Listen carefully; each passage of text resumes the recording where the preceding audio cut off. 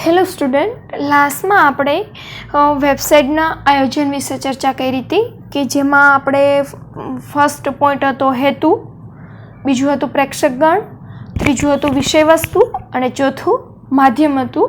એ last આપણે જોયું હતું. હવે આપણે જોવાનું છે કે આ ચેપ્ટરમાં વિદ્યાર્થી મિત્રો આખું ચેપ્ટર પ્રેક્ટિકલ બેઝ જ છે, બરાબર છે. પહેલાં હું તમને થિયરી એની ક્લિયર કરાવીશ, પછી કમ્પોઝરમાં જે આખી વેબસાઇટ કઈ રીતે ક્રિએટ કરવી વન બાય વન ટોપિક તમને સમજાવીશ. હવે અહીંયા એ જ પોઈન્ટ આવ્યો છે કે કમ્પોઝરનો ઉપયોગ કરી સરળ વેબસાઇટ બનાવી, કે કઈ રીતે આપણે કમ્પોઝરનો ઉપયોગ કરી વેબસાઇટ બનાવશું. આપણે અગાઉના પ્રકરણમાં આપણે કમ્પોઝરની મદદથી વેબ પેજ રચના તથા સંપાદન માટે જાવાસ્ક્રિપ્ટનો ઉપયોગ વિશે ચર્ચા કરી હતી. પહેલા ચેપ્ટરમાં આપણે ફોર્મ બનાવતા વિદ્યાર્થી મિત્રો શીખ્યા. બીજા ચેપ્ટરમાં આપણે કમ્પોઝર ની મદદથી આપણે કઈ રીતે જાવાસ્ક્રિપ્ટનો ઉપયોગ કરવો એના વિશે જોયું, બરાબર. હવે વેબસાઇટ બનાવવા માટે સામાન્ય રીતે ધ્યાનમાં લેવાતા મુદ્દાઓ પણ આપણે જોયા હતા. હવે આપણે કમ્પોઝરની મદદથી એક નાની ઈ કોમર્સની વેબસાઇટ કેવી રીતે બનાવી શકાય તેનો અભ્યાસ કરીશું.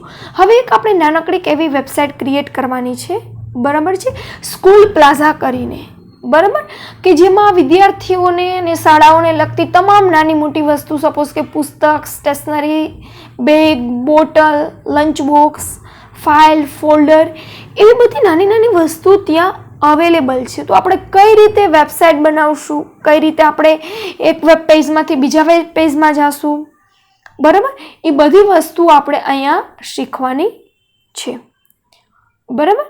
હવે એની સ્ક્રીન તમને અહીંયા આપેલી છે કે આવું આપણે વેબ પેજ બનાવવાનું છે. ફર્સ્ટ આ છે આપણે વેબસાઇટનું હોમ પેજ, યાની કે પ્રથમ પેજ, કે જ્યારે આપણે સર્ચ કરશું www, જુઓ અહીંયા આપણે લાસ્ટમાં કીધું છે કે આપણી વેબસાઇટ સ્કૂલ પ્લાઝા છે, બરાબર છે. જો અહીંયા હેડિંગ આવ્યું સ્કૂલ પ્લાઝા, બરાબર. હું જ્યારે એને વેબ બ્રાઉઝરમાં ખોલું તો આ રીતે આપણી સ્કૂલનું વસ્તુ ડિસ્પ્લે થવી જોઈએ.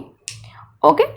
હવે તો કે સ્કૂલ પ્લાઝામાં આપણે કઈ રીતે વેબસાઇટ બનાવીશું, બરાબર, એ તમને હું આ બધી વસ્તુ વન બાય વન શીખવાડીશ.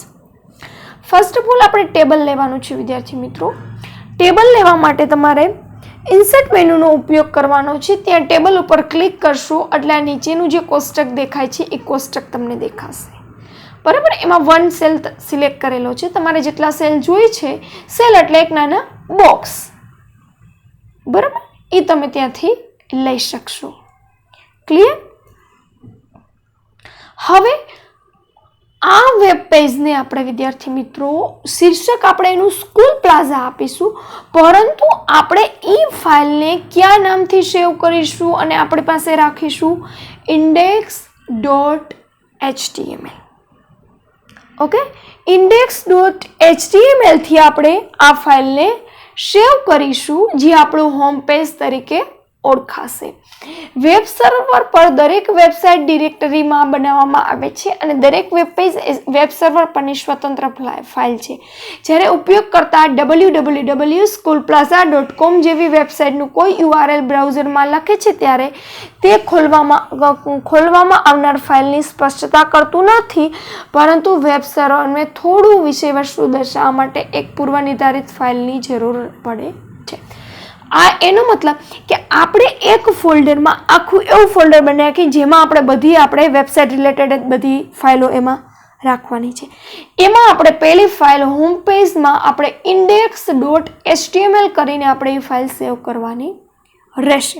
એટલે જ્યારે કોઈ પણ આપણે વેબ બ્રાઉઝરમાં URL પોતાનું ટાઈપ કરે www.schoolplaza.com તો આપણી ફાઇલ ઇન્ડેક્સ વાળું જે હોમ પેજ છે તે આપણે URLમાં દર્શાવી શકાય. ક્લિયર? હવે આપણે કોષ્ટકને બેકગ્રાઉન્ડ કલર આપીશું. તો કોષ્ટક ઉપર આપણે ડબલ ક્લિક કરી એક કોષ્ટક આવશે, એમાં આપણે ટેબલ સેલ પ્રોપર્ટીઝ ઉપર ક્લિક કરશું, બરાબર. એમાં ટેબલની પ્રોપર્ટીનો ડાયલોગ બોક્સ ખુલશે. જો મેં સેલ ઉપર ડબલ ક્લિક કર્યું એટલે આ ડાયલોગ બોક્સ ખુલેલો જોવા મળશે. હવે જો વિદ્યાર્થી મિત્રો, અહીંયા તમે રો, કોલમ અહીંયા સેલ, બરાબર, એ બધી વસ્તુઓ આપણે અહીંયા ડિસ્પ્લે કરી શકશું.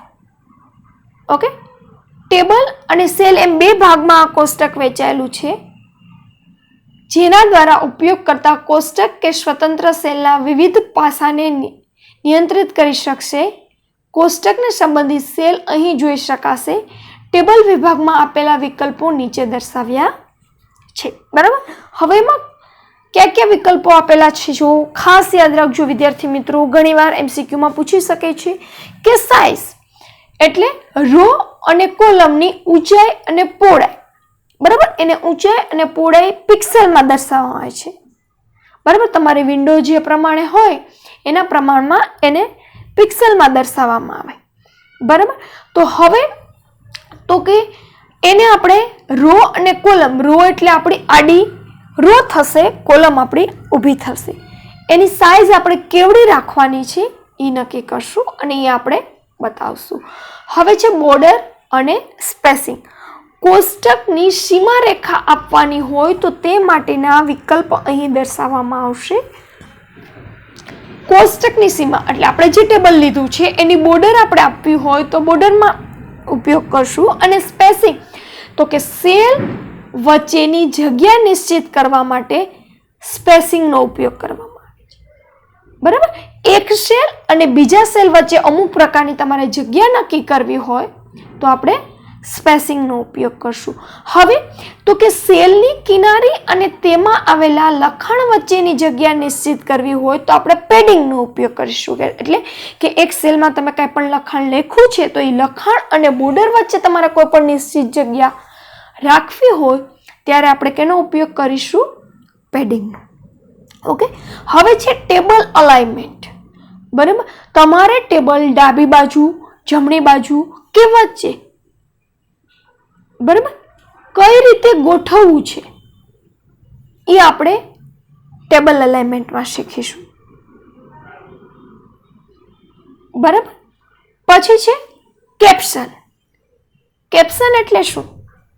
તો કે મારે ટેબલનું કોઈ પણ શીર્ષક આપવું છે, એટલે કે ટાઇટલ આપવું છે તો આપણે કેનો ઉપયોગ કરીશું? તો કે કેપ્શનનો. Background colour. કોષ્ટકમાં આપણે કોઈ પણ બેકગ્રાઉન્ડ કલર આપવો હોય, બરાબર, તો બેકગ્રાઉન્ડ કલર માટે આપણે આ ટેગનો ઉપયોગ કરીશું. બરાબર, જો બેકગ્રાઉન્ડ માટેની આખી વિન્ડો આપેલી છે, ટેબલ બેકગ્રાઉન્ડ કલર ઉપર આપણે એનો આખો ડાયલોગ બોક્સ આપેલો છે, એમાં આપણે કલરનું આખું કોમ્બિનેશન આપેલું છે. જે બી કલર જોતા હોય એના ઉપર ક્લિક કરી આપણે કલર મેળવી શકશું. ઓકે, હવે છે પાછું ટેબલ ઇન્સર્ટ કરતા. હવે આપણે ખાલી પહેલાં જોઈએ તો એ નોર્મલી આપણે ટેબલ લેતા શીખવાડ્યું, પણ હવે આપણી વેબસાઇટની શરૂઆત થાય છે. સ્કૂલ પ્લાઝાની આપણે વેબસાઇટ બનાવવાની છે. બરાબર છે, હવે આપણે એમાં આપણે ઉપરની પટ્ટી લખવી છે સ્કૂલ પ્લાઝા. બરાબર, ઇન્સર્ટ મેનુમાં જે ટેબલ ઉપર ક્લિક કરી આપણે બે સેલ સિલેક્ટ કરશું અને ઓકે બટન ઉપર ક્લિક કરીશું. 1 × 2 એટલે કે એક રો અને બે કોલમ. બરાબર, જુઓ આપણે બે કોલમની જરૂર પડશે અને એક રોની જરૂર પડશે, એટલે આપણે એક રો અને બે કોલમ લેશું. બરાબર, ઓકે ઉપર ક્લિક કરી. બરાબર, હવે આપણે એનું લોકેશન કે આપણે શું કરશું? આપણા ફોલ્ડરમાં જ આ બધી વસ્તુ સેવ કરીને રાખશું. બરાબર, કે કઈ રીતે આપણે બધી વસ્તુ સેવ કરવી. બરાબર, હવે એમાં આપણે એક ઇમેજ મૂકવાની છે. બરાબર છે, એકમાં આપણે સ્કૂલ પ્લાઝા લખશું અને સામેની સાઈડ આપણે એક નાનકડું કેવું ઇમેજ મૂકશું. બરાબર, તો ઇન્સર્ટ મેનુમાં જઈ ઇમેજ ઉપર ક્લિક કરશું. બરાબર છે, પછી ટૂલબારમાં ચિત્રના આઇકોન પર ક્લિક કરી આપણે જો અહીંયા ક્લિક કરશું. બરાબર, પછી આપણા પીસીમાં ક્યાંય પણ પિક્ચર હોય તો આપણે લઈ શકશું. બરાબર, બને ત્યાં સુધી આપણે આપણી પાસે હશે એ ઇમેજનો જ ઉપયોગ કરશું. ક્લિયર? અહીંયા ક્લિક કર્યું.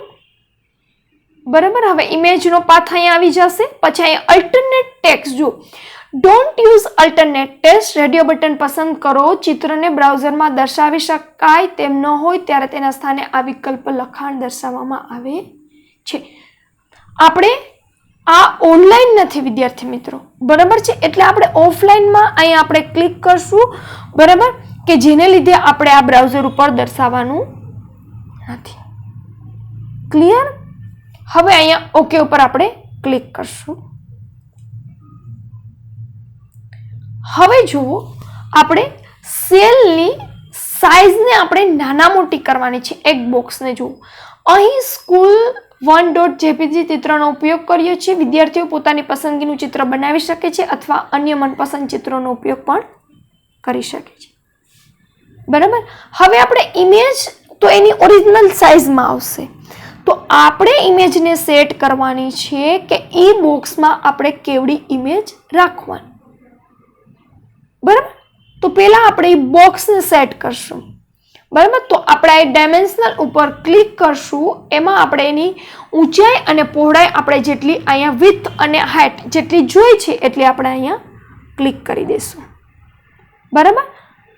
ઓકે, મેં વિડ્થ 25 આપી છે, હાઇટ 100 આપી છે, અને પછી હું ઓકે ઉપર ક્લિક કરી દઈશ. ઓકે ઉપર ક્લિક થઈ ગયા પછી જુઓ, આપણું પેજ આ રીતે દેખાશે. આ આપણે હમણાં પ્રોસેસ કરી એ આપણે આ ઇમેજની હતી. બરાબર. ક્લિયર? હવે છે કેટેગરીઝ અને ન્યૂ પ્રોડક્ટ ઉમેરવી છે આપણે. એટલે આની નીચે હજી એક વસ્તુ વિદ્યાર્થી મિત્રો, આ બધી વસ્તુ તમારી બુક્સમાં આપેલી જ છે. એટલે તમારે કમ્પોઝરમાં આની પ્રેક્ટિસ કરવી હોય તો બુકને સાથે રાખી અને એનો ઉપયોગ તમે કરી શકો છો. હવે આપણે શું કરવાનું છે કે કેટેગરી અને પ્રોડક્ટ નામની એક લાઈન અહીંયા ઉમેરવાની છે. બરાબર છે. એટલે 2 હરોળ અને 2 સ્તંભ, એટલે 2 રો અને 2 કોલમ્સ. બરાબર. હવે તો કે ફોર્મેટ મેનુમાં જે આપણે ટેક્સ્ટ કલર, બરાબર, ટેક્સ્ટ કલર આપીશું. દેખો આવી ગયા અહીંયા કેટેગરીઝ. બરાબર. કેટેગરીઝ અને ન્યૂ પ્રોડક્ટ. ક્લિયર? હવે આપણે જુઓ, અહીંયા આ 2 કોલમ હતી અને 2 રો લઈ લીધી. બરાબર. હવે અહીંયા મેં કેટેગરી લખી નાખ્યું, અહીંયા મેં ન્યૂ પ્રોડક્ટ લખ્યું. ક્લિયર? હવે બીજી હરોળમાં આપણે કેટેગરીની નીચે એક સ્તંભ અને વધુ હરોળ સાથેનું એક અન્ય કોષ્ટક ઉમેરીશું. આ કોષ્ટકમાં સ્કૂલ બેગ, પાણીની બોટલ અને અન્ય વસ્તુઓ માટેના દરેક વર્ગ એક એક હરોળમાં ઉમેરીશું. લખાણને યોગ્ય રંગ આપો અને છૂટા પાડવા માટે આડી લાઈન. યાદ રાખો, હવે કેટેગરીઝમાં મારે school bag, water bottle, lunch box, compass box, stationery, file folder લેવું હોય તો એની વચ્ચે હોરિઝોન્ટલ લાઈન આપવી પડશે. તો એ ક્યાંથી આવશે? ઇન્સર્ટ મેનુમાંથી હોરિઝોન્ટલ લાઈન. બરાબર. એના ઉપર તમારે ક્લિક કરવાનું અને તમારે જેટલી લાઈન જોઈ છે એ પ્રમાણે તમે 1 by 1 લાઈન ઉમેરી શકશો. ક્લિયર? જો છે કેટેગરીની નીચે સ્કૂલ બેગ જોવામાં વચ્ચે લાઈન દેખાય છે આ. બરાબર. ક્લિયર? અને અહીંયા આપણે બીજું એક ટેબલ ઉમેરીશું. એટલે ટેબલની અંદર બીજું ટેબલ ઉમેરીશું કે જ્યાં આપણે હોમ પેજમાં ઇમેજીસ બધા દર્શાવવાના છે એ બધા આપણે અહીંયા ડિસ્પ્લે કરીશું. ઓકે. હવે ત્યારબાદ પાનાના નીચેના ભાગમાં about school plaza, feedback, contact us, site મેપ્સની વિગતો માટે અન્ય એક કોષ્ટક ઉમેરીશું. કોષ્ટકની રચના કરી લખાણ ઉમેરો. આ લખાણ પર લિંક. બરાબર. કેમ કે આ તો આપણું હોમ પેજ છે. પછી હું જ્યારે સ્કૂલ બેગ ઉપર ક્લિક કરું તો બેગની ડિટેલ્સ ઓપન થવી જોઈએ. બોટલ ઉપર ક્લિક કરું તો બોટલની ડિટેલ ઓપન થવી જોઈએ. બરાબર. એ માટે આપણે લિંકની પ્રોસેસ આપવાની રહેશે. બરાબર. તો એ માટે આપણે water bottle .html, school bag .html, lunch box .html એના માટેની અલગ અલગ ફાઇલ આપણે બનાવવી પડશે. બરાબર. એ બનાવ્યા પછી આપણે એને લિંક આપવાની રહેશે. બરાબર.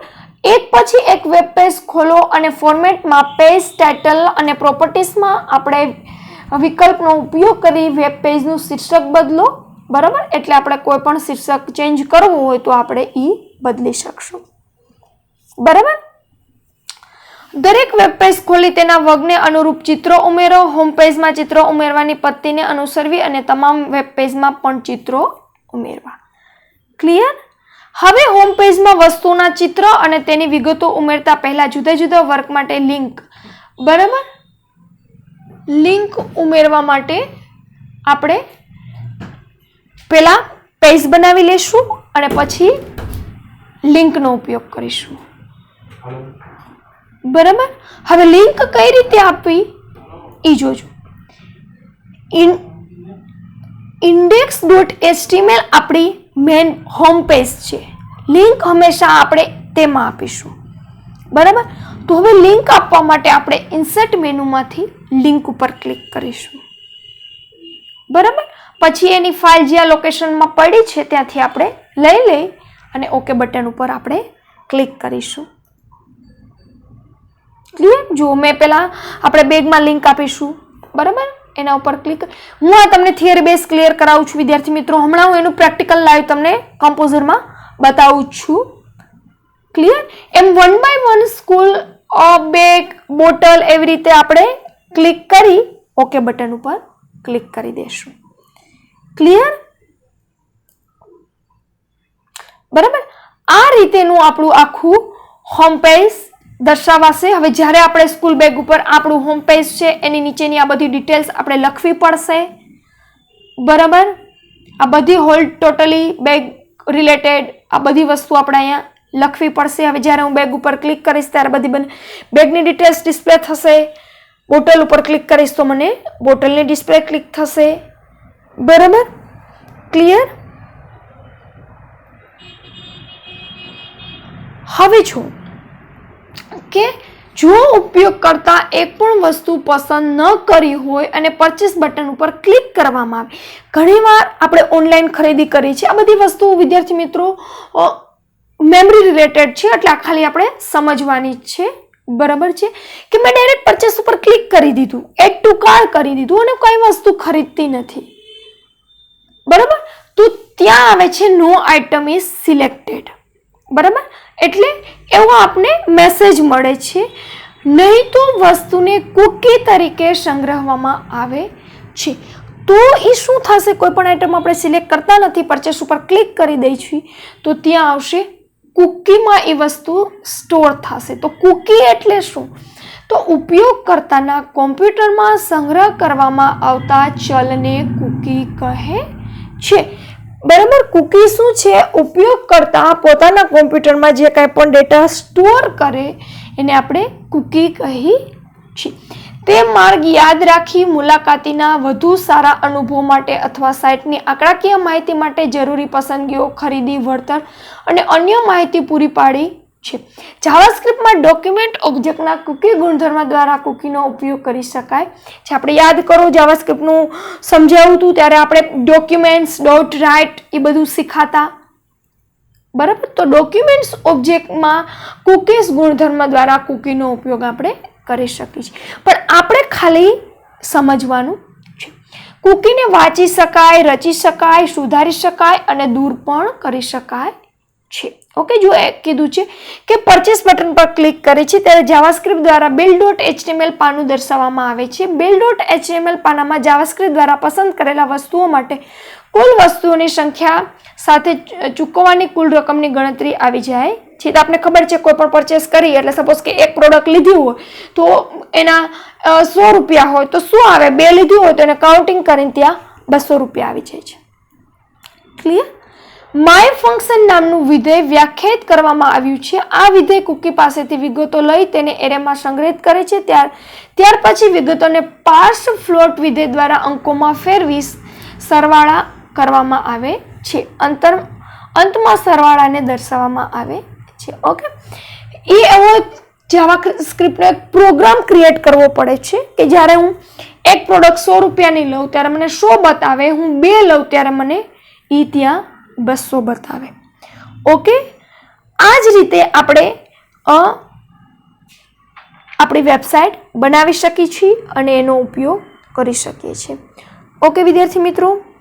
હવે આપણે આનું તમને હું લાઈવ પ્રેક્ટિકલ એટલે કે આ વસ્તુ કઈ રીતે કમ્પોઝરમાં થાય એ હું તમને ડાયરેક્ટ કમ્પોઝરમાં એનું પ્રેક્ટિકલ